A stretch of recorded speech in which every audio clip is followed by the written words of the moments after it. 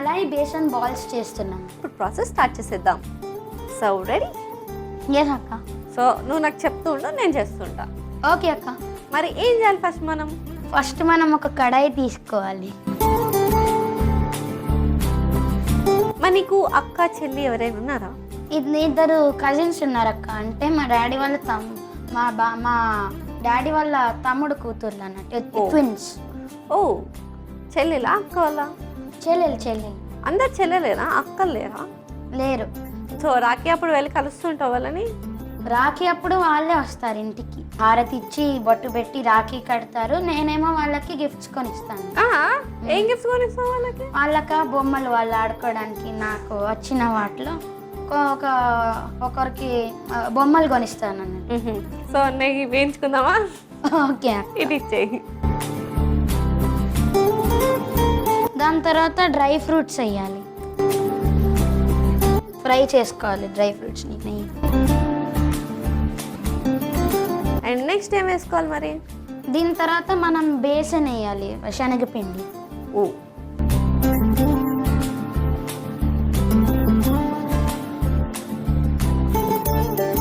And next ఏం వేయాలి?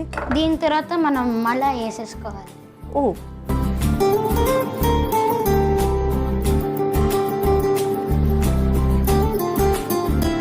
ఒకసారి మిక్స్ చేద్దాం.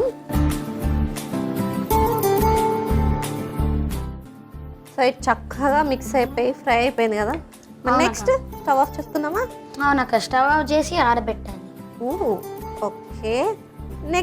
నెక్స్ట్ మనం ఒక మిక్సింగ్ బౌల్లో ఈ పిండి, ఆరిపోయిన పిండిని తీసుకోండి.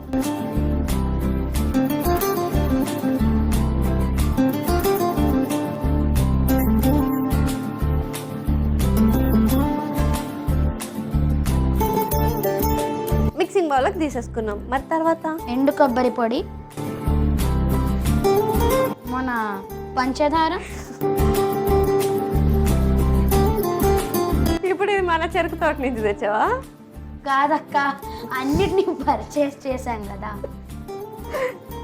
మన ఇలాచీ పొడిని. ఇప్పుడు మనం ఇవన్నిటిని కలిపి మిక్స్ చేయాలి.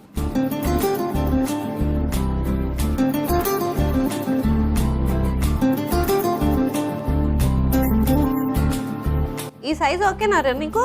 ఓకే అక్క, బాగుంది. సో ఇలానే మిగతా లడ్డూస్ని కూడా చేసి రెడీగా పెట్టేసుకుందాం. ఎస్.